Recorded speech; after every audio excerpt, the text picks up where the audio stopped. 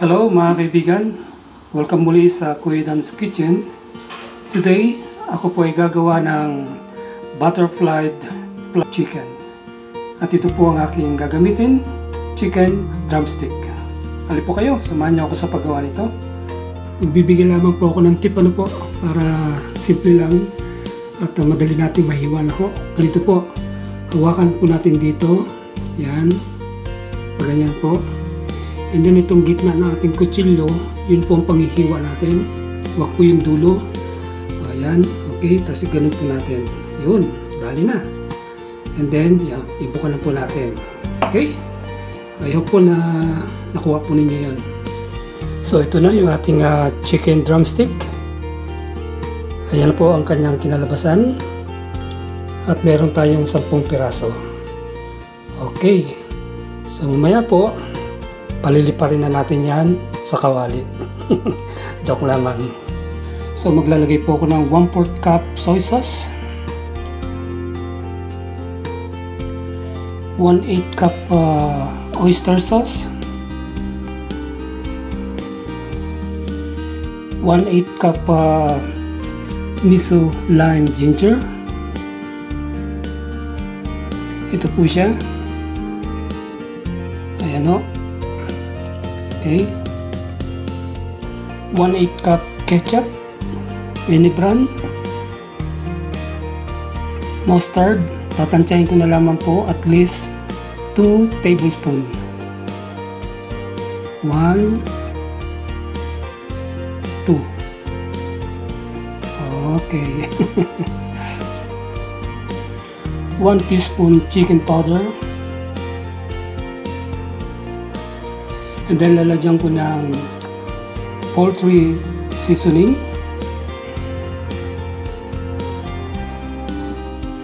One teaspoon paprika. 1 tablespoon garlic powder.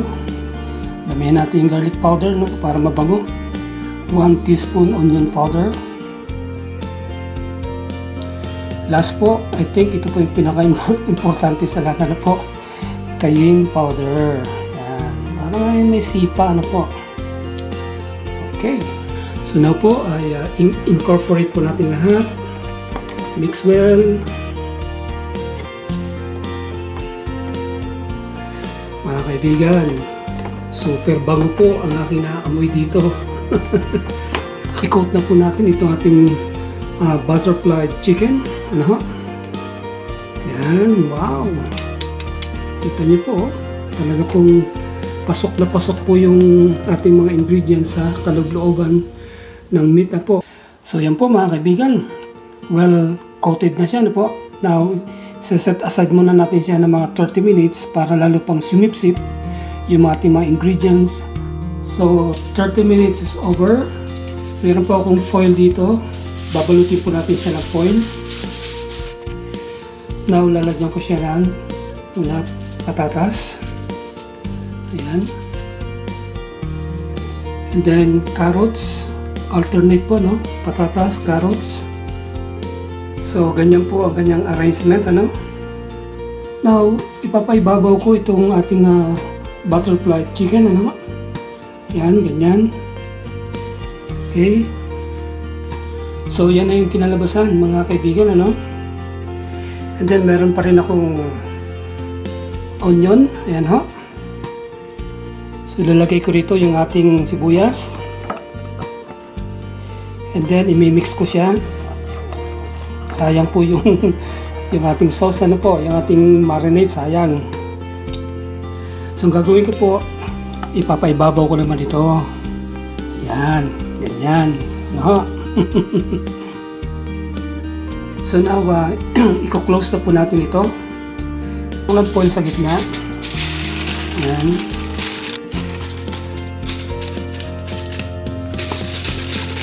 Ayun. Okay. Now sa kabila rin.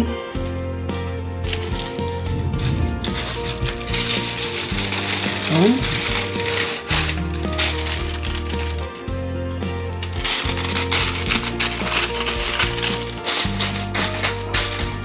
Okay.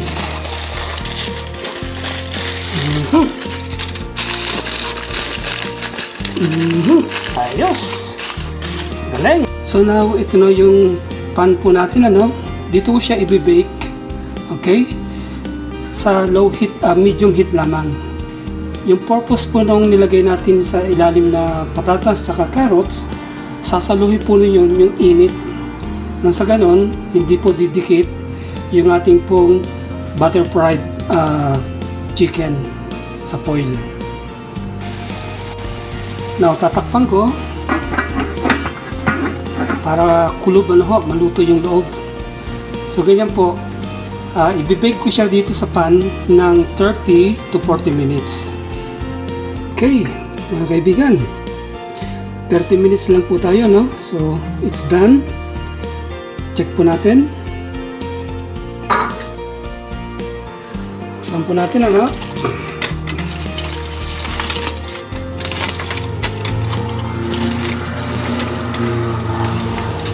Wow! Ang bango. So, yan po mga kaibigan.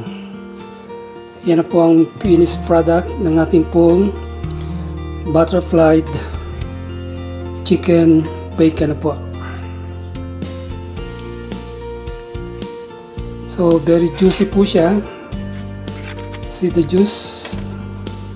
Okay. Yan po yung masarap na ilabay sa kanin. Ano po? Now, tignan po natin yung isang sample ng drumstick. Butterflied. So, ito po yung meat niya, no? Wow! So juicy, so tender, mga kaibigan. Now, titikman ko po, no?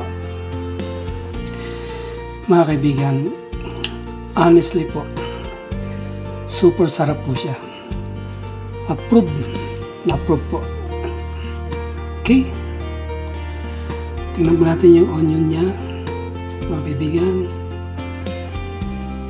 Sarap po niyan. Yung ating pong potato, napakalambot po. Wow, ginugutom ako mga kaibigan. Magsasantok na po ako ng kanin. So yan po. Hindi na ako nakapagpigil, ano po. Nagsantok na po ako ng kanin. Alright. Now, lagyan ko po ng juice niya ng sabaw.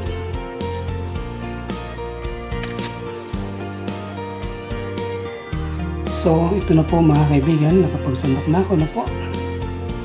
Nasabawan ko na yung kanin. Okay, so kakain na po ako. Again, yan po ang ating butterflied baked chicken.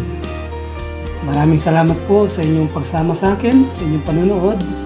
Salamat po sa inyong suporta, sa inyong pag-follow. At hanggang sa muli po. Ingat po kayo dyan and God bless.